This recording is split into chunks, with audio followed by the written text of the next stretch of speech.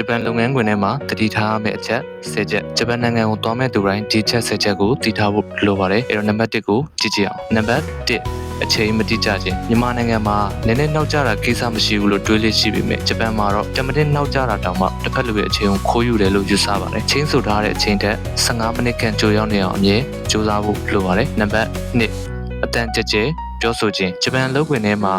မလိုအပ်ဘဲနဲ့အတန်ကိုအချိန်နဲ့ပြောတာအော်ဟစ်ရေမောတာတွေကဂျပန်လူမျိုးတွေအတွက်အလွန်ပဲစိတ်နှောက်ယှက်ဖြစ်စေပါတယ်ဂျပန်လုပ်ခွင်ထဲမှာအတန်ကိုတူတူပြောပါ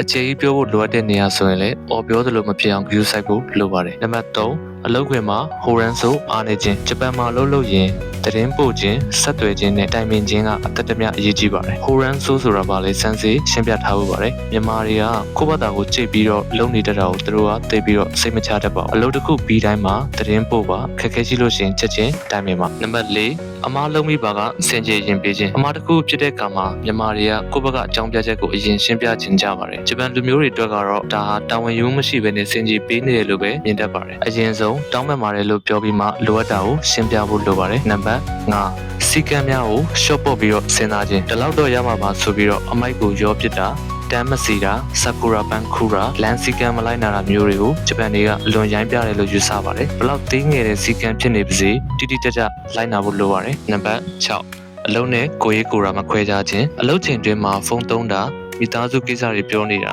ဒါမှမဟုတ်လုပ်ဖို့ကင်ပဲလာစားအိမ်အောင်ရေးစတဲ့ကိုရေးကိုရာတွေကိုဆက်စုတာမျိုးတွေကိုဂျပန်တွေကသဘောမကျပါဘူးအလုပ်ချိန်မှာလုပ်ကိုပဲအာရုံစိုက်ပြီးတော့ professional ဆန်စွာနေထိုင်ဖို့လိုပါတယ်နံပါတ်9ကျေးဇူးတင်စကားပြောရင်ဝင်လေးခြင်းမြန်မာတွေကရင်းနှီးသွားလို့ရှိရင်ကျေးဇူးတင်ပါတယ်လို့ပြောမှာကိုဝင်လေးတတ်ကြပါတယ်ဂျပန်နိုင်ငံမှာတော့အကူအညီရတိုင်းမှာထုတ်ပေါ်ပြောဆိုမှသာရှင်ကျေးရကြပါတယ်အာရီဂါတိုကိုဇိုင်းမတ်လို့ပြောတဲ့လေ့ကျင့်ကိုဝေးမြူပါနံပါတ်10တကိုယ်ရေးတန်ရှင်းမှုနဲ့အနန္တဂျပန်လူမျိုးတွေကအနန္တကိုအရန်ခံစားလွယ်ပါတယ်ရေမွေးနဲ့အရန်ပြင်းတာဒါမှမဟုတ်စက်သွန်ပြူနဲ့ချွေးနှံနေနဲ့လူကြားရဲသွားလာတာကိုမနစ်သက်ကြပါဘူးဂရွန်းနဲ့ကိုနှံကိုအမြဲကျူးဆိုင်ဖို့လိုပါတယ်နံပါတ်9လူများရှိတွင်ဝေဖန်ခြင်းသို့မဟုတ်အော်ဟစ်ခြင်းဂျပန်မှာမျက်နှာပြရခြင်းကိုလွန်ကြောက်ပါတယ်လူရှိမှတယောက်ယောက်ကိုအပြစ်တင်တာဒါမှမဟုတ်မြန်မာချင်းချင်းရန်ဖြစ်တာမျိုးအစင်တမ်းမရှိဘူးလို့အမြင်ခံရစေပါတယ်ပြောစရာရှိလို့ရှိရင်တီးတန်းခေါ်ပြီးတော့ပြောပါအေးစစ်စစ်ဖြည့်ချင်းပါနံပါတ်10မလုံနိုင်မင်းနဲ့ဟုတ်ကဲ့လို့ပြောခြင်းအားနာလို့ဖြစ်စေနားမလဲလို့ဖြစ်စေ hi ဆိုပြီးတော့ပြောပြီးမှအလုပ်မပြီးတဲ့အခါမှာဂျပန်တွေအတော်လေးဒေါသထွက်တတ်ပါတယ်ကိုနားမလဲတာရှိလို့ရှိရင်ပြန်မေးပါ